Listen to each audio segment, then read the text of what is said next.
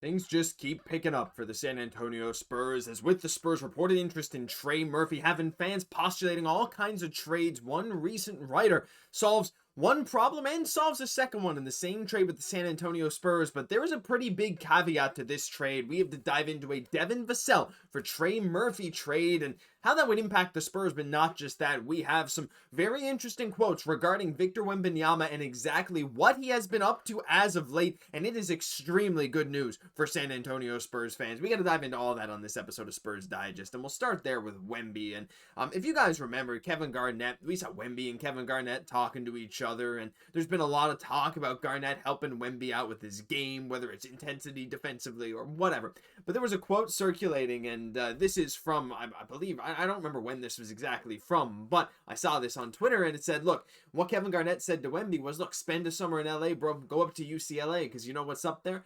Everything you're looking for. Go up to UCLA and play against that caliber for a whole week and see how you come out of there. And, that's pretty good talk from KG. Now, to be fair, this was in the context of telling Wemby, look, man, you can go back to France whenever. You don't have to go back throughout the whole summer. Go to UCLA, work out with that level of player. And, I also get why Wemby would want to go back to France. I don't think it's crazy to want to go back home. But, look, KG's like, listen, this is what I think you should do. And, hey, look, KG is one of the greatest NBA players of all time. Second greatest power forward of all time, in my opinion. You might know who I have at number one. But, anyway, this comes from Mark Stein of the Stein Line. And this, I just saw this a couple of hours ago. I think it just came out a few hours ago. Wemby. So Mark Stein said, I'm told that Wemby, played in some recent full court runs at Loyola Marymount in Los Angeles, and just so you know, is said to have looked quite stellar. Sorry, I cut off the end of the word there. Of course he did. Of course he looked quite stellar. I think it'd be an anomaly if Victor Wembanyama didn't look quite stellar, but the whole point of this is like, hey, it looks like Wemby kind of followed the advice of Kevin Garnett. And actually, where I found these quotes, I will link the Twitter post down below so you guys can go check that out as well. Give them a follow. I think it was Josh Paredes who tweeted this out. But regardless, this is really cool. It's cool that Wemby is heeding Kevin Garnett's advice, whether this comes directly from Garnett or not, whatever. But the fact that we're seeing Wemby looking stellar, looking ready to go in the U.S., working out all the time is just such good news. I mean, look, that blood clot just kind of hurt our hearts and souls for this season. The dude was on insane pace. I mean, look, we know he would have been I don't even want to speculate where he would have ended on all NBA teams. I mean, I don't think he would have won the MVP or anything, but holy crap, he was on pace. His three-point percentage was going up. The dude was jacking like 8 threes a game, 8.8 I think it was, 24, 11, 4, and 4 with a steal on crazy percentages. I'm looking so forward to Wemby this year, and by all accounts, this blood clot is just kind of a one-and-done thing. Could he have another one in the future? Maybe, but I think the people blowing this out of proportion saying it makes him injury-prone, I don't think that seems to be the case, at least not from what I've heard from medical professionals, but I am not one, so don't take my word for it. However, to hear that he's out there scrimmaging at Loyola Marymount, shout out Loyola Marymount, I mean, anyway, you guys know. If you know, you know. But really, really cool to see him in Cali working out with this. I love this. Leave some thoughts and some love for Wemby down below, because it's just a matter of time. This is the month that we start to see some real things happen. Media Day is at the end of September. We're now in September. It's really, really cool. But I want to dive into something different real quick, and this comes from all this Trey Murphy stuff we've seen. I mean, we've talked a lot about Trey Murphy, and I've mentioned how, look, the Spurs reportedly have shown some interest alongside, I think it was the Warriors. So, whether the Pelicans would trade him or not, that was kind of up in the air, because the Pelicans have reportedly a very high asking price for Trey Murphy. And I asked in my video, look, what would that price be if you're San Antonio? How much would you have to give up? And, it comes down to, if you're not willing to give up one of your young players like, Stephon Castle or Dylan Harper, which I don't ever imagine the Spurs would be willing to give up, you would have to give up quite a lot of draft capital alongside another decent young player. And that's reportedly what the Pelicans would want in this deal. And that leads to this mock trade I saw on Air Alamo. Again, linked it down below as well. And, that's actually just the Spurs team, so it's not that, but it's this. So this involves the Spurs bringing in Trey Murphy III, and sending out Devin Vassell, the Hawks 2027 first, and both are pick swap rights with the Hawks and the Kings in 2026 and 2031. And, knowing the Spurs, we're anticipating being a pretty darn good team in those years of 2026, which is just this coming year, and 2031. So I would anticipate that both those swaps would end up conveying as a swap to the Hawks or Kings. I don't think you'd ever get the Spurs pick. So effectively, it'd be 3 first-round picks. Not like the Spurs would not get a first in 26 or 31, but again, it'd be a lot later. and then you also give up Devin Vassell. And so my immediate reaction to this is, look, I really like Devin Vassell. Where is he? There he is.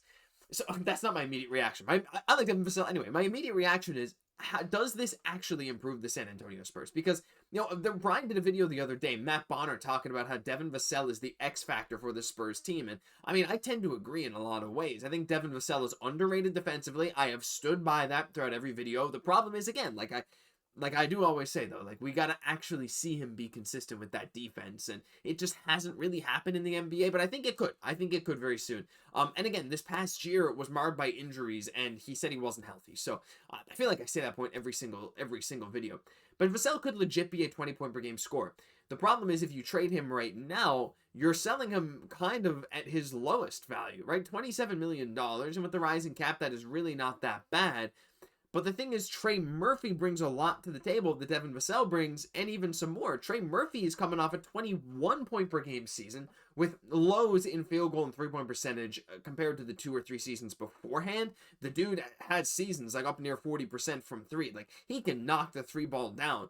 And I really, really, really like the fit of Trey Murphy into this starting lineup. Especially if you just straight up swap out Vassell for Trey Murphy. Don't get me wrong. I think that's absolutely an upgrade for San Antonio. My problem is when it comes to these first-round picks, right? Because when you give up one full first-round pick and 2 swaps, so you'll still get your first-round pick just a lot later, whatever. You'll just get your own first-round pick. I guess it's not that bad. Like, the problem then becomes, like, when you're trying to become a dynasty, you got to draft well and get really good contributions from those players on these smaller deals. Or you just keep getting vet min contracts from people who are trying to ring chase or trying to win, and like that works too. But, this is a lot of draft capital to give up. And the Hawks are in a really uncertain spot. We don't really know about this year. The Kings, I don't really know what's going on there. They have some good young talent, but Sabonis is great, but can he? Anyway, there's some questions around the Sacramento Kings for sure, especially after losing De'Aaron Fox in the trade with our Spurs. And I know Kings fans aren't too thrilled about that still, how that all went down. Like, ultimately, this obviously makes the Spurs better. Obviously, Trey Murphy is a better fit than Devin Vassell, but, like, are those draft picks worth it? Like, I keep saying, like, we got not a war chest really anymore, but we have some very valuable picks. A lot of them aren't necessarily our own, like that Mavs swap in 2030, along with the picks that you're seeing here. We have a lot of ways to make a trade like this go down. Do I think the Pelicans would accept this? I think there's a world they do. Because to them, I think Devin Vassell brings a lot of what Trey Murphy does, but just not quite as good, and you get so much extra draft capital on top of that, that I actually think the Pelicans may consider this. Again, it would take a lot for them to move Trey Murphy, but the contracts are very similar. Trey Murphy actually only makes, I think, $3 or $4 million more than Devin Vassell over the coming few years. And there is the one concern of, like, what do you do with Carter Bryant then? Are you really just blocking Carter Bryant out? Well, not necessarily, because we know Carter Bryant is still raw. We saw that defensive potential in Summer League. Oh my gosh, was it ever great? We saw that three-point shooting potential, that slashing potential. But there is also a world that Carter Bryant is not a starter caliber player for another 3, 4, 5 years. Like, the dude, there's never a guarantee with these guys. Does that mean that I think it's going to take him that long? No, I think his defense alone is going to, force the coaching team's hands. But, like, at the same time, if you have the caliber of player at Trey Murphy, like, you don't just overtake this guy because, oh, look, Carter Bryant looks really good. Like, if all your prospects look that good that you're considering, oh my gosh, like, he's almost as good as Trey Murphy, you can find a way to maneuver around that. Like, contracts are so short in the NBA, relatively, like, a lot of, 4-year deals, 5-year deals.